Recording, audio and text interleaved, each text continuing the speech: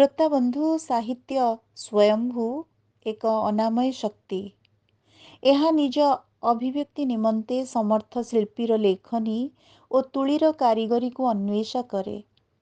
ସମକାଳୀନ ଓଡ଼ିଆ ସାହିତ୍ୟରେ ସେମିତି ଜଣେ ସୁଲେଖିକାଙ୍କୁ ସାହିତ୍ୟ ବେଳ ଅବେଳରେ ବାଛି ନେଇଛି ଓ ତାଙ୍କ ଦ୍ୱାରା ଲେଖେଇ ନେଇଛି ଅନେକ କିଛି। ଶ୍ରୋତା ବନ୍ଧୁ, ସେ ଜଣେ ଏମିତି ଲେଖିକା ଯେ ପ୍ରଚାର ଧର୍ମିତାରୁ ଖୁବ୍ ଦୂରରେ ରହି नीरवे निज लेखनी चालनारे निमग्न, जे साहित्य तथा समस्त कलात्मक विभाव को आध्यात्मिक और आत्मिक प्रशांतिर सेतु मने करती और जीवन जावतीय अवशोष को ढोकी नहीं पद पदवीर प्रतिष्ठा लोभर मुक्त हुई आत्ममनस्क भावरे साहित्य सेवा करती। विनम्रता पूर्वक निजको अति साधारण मने करुथुवा सेही असाधारण प्रतिभा संपन्ना सुलेखिका हेउछन्ती श्रीमती संयुक्ता नायक। श्रीमती नायक प्रवृत्ति रे एकाधारे जड़े नीरव किंतु कृतविद्य कवि, गाल्पिका तथा जड़े सफल अनुवादिका। वृत्तिगत जीवन रे किंतु से भारतीय जीवन बीमा निगम रो प्रशासनिक अधिकारी। श्रीमती संयुक्ता नायक 1960 मसीहा फेब्रुआरी 19 तारीख रे पिता दिवंगत भोलानाथ नायक माता स्वर्णलता नायक कोलमंडन करी जगतसिंहपुर जिलार तिरुणा अंचल भूमिष्ठ होइथिले। रेभेन्सा उच्च बालिका विद्यालय बेस्टेंथ रे उत्तीर्ण हुई स्कूल शिक्षा समाप्त पर शैलबाला महाविद्यालय आईए एवं इतिहास विभाग स्नातक शिक्षा समाप्त करथिले। श्रीमती नायक उत्कल विश्वविद्यालय 1980 मसीह इतिहास रे प्रथम 10 जनक भितरे जणे होई स्नातकोत्तर शिक्षा समाप्ति पर एसएसबी द्वारा मनोनीत हुई किछि काल गंजाम भंजनगर महाविद्यालय रे कार्यरत थिले।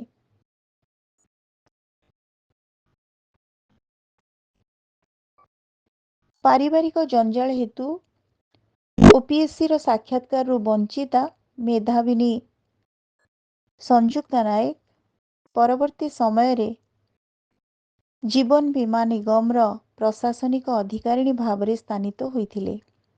श्रीमती नायक बंगला, हिंदी और इंग्राजी एकाधिक अनुवाद करिसंती। National Book Trust of India पक्षरु प्रकाशित किछि किशोर साहित्य पुस्तक से सफल अनुवादिका। ओडिशार लोकप्रिय पत्रिका संवाद, पक्षीघर, पंचवटी इत्यादि रे तांकर बहु गल्प और कविता प्रकाशित। श्रीमती नायकर काली जह्न, घर करणा, चाकिरिया बोहू इत्यादि गल्प गुड़िकरे मानववाद प्रति गभीर प्रीति, साम्यवादी दृष्टिकोण तथा भारतीय समाज रे नारीर सामाजिक स्थितावस्था नहीं तांकर आंतरिक संवेदना बेस हृदय। श्रोताबंधु, प्रतिभाधारिणी से अमायिक कवि श्रीमती संयुक्ता नायक एक चमत्कार कविता आपण मानकु मु सुनेबाकु जाउछि, जहाँ 1997-98 रे संवादर साहित्य पृष्ठारे प्रकाश पाइथिला एवं बहु आदृति लाभ करिथिला। एमितिकी भारतीय कविता जगतर प्रथित जसा तथा श्रीराधार कवि पद्मभूषण श्री रमाकांत रथ संयुक्ता नायक को भूरी भूरी प्रशंसा करिथिले। आसंतु सुनिबा सेई कविताटी। कवितार शीर्षक स्वप्न देखना लो गेल्हा झियो। कवि संयुक्ता नायक। स्त्री जन्म पाई एमिति अनुचित स्वप्न देखना लो गेल्हा झियो। बापा पाखे सेई अली स्वामी पाखरे भी। स्त्री जन्म पाई एमिति अनुचित स्वप्न देखना लो गेल्हा झियो। बापा पाखे सेई अली स्वामी पाखरे भी।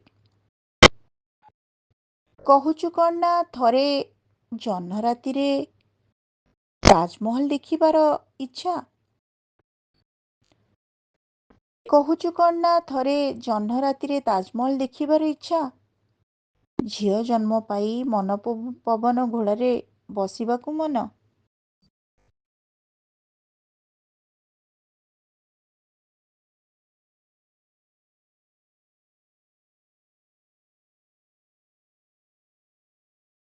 ବାପ ତତେ ଭରପୁର ସ୍ନେହ ଦେଲା, ଭାଙ୍ଗିଗଲେ ଗଢ଼ିଦେଲା, ହଜିଗଲେ ଖୋଜିଦେଲା।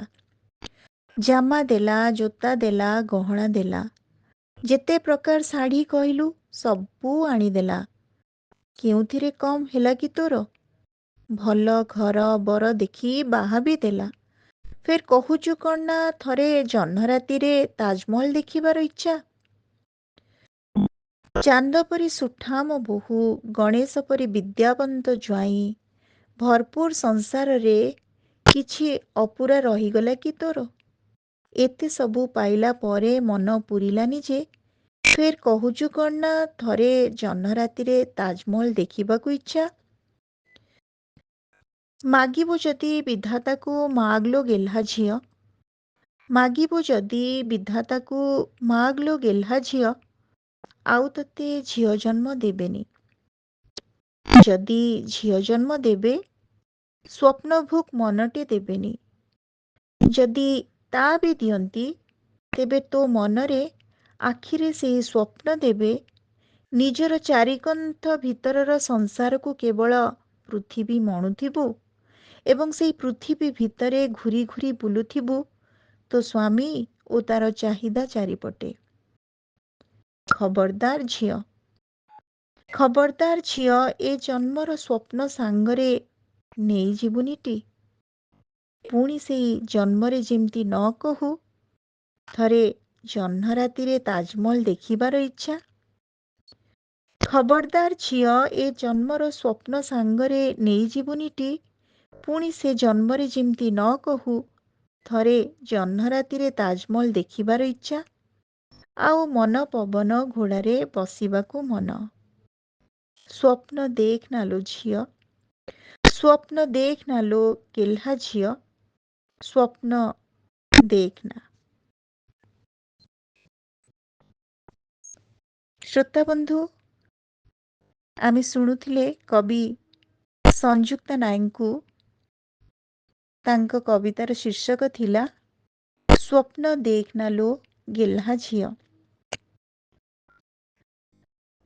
କବିଙ୍କର କବିତା କେମିତି ଲାଗିଲା ଆପଣମାନଙ୍କର ମତାମତ ଅପେକ୍ଷାରେ। ଧନ୍ୟବାଦ।